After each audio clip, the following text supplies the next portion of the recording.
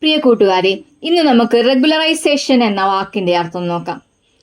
Regularisation എന്ന വാക്കിന്റെ അർത്ഥം നിയമപരമാക്കൽ, ഔദ്യോഗികമാക്കൽ, സ്ഥിരീകരണം, നിയമങ്ങളുടെ അനുസൃതമാക്കുന്ന പ്രവർത്തനം.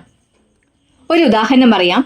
The regularisation of unauthorised construction is under way.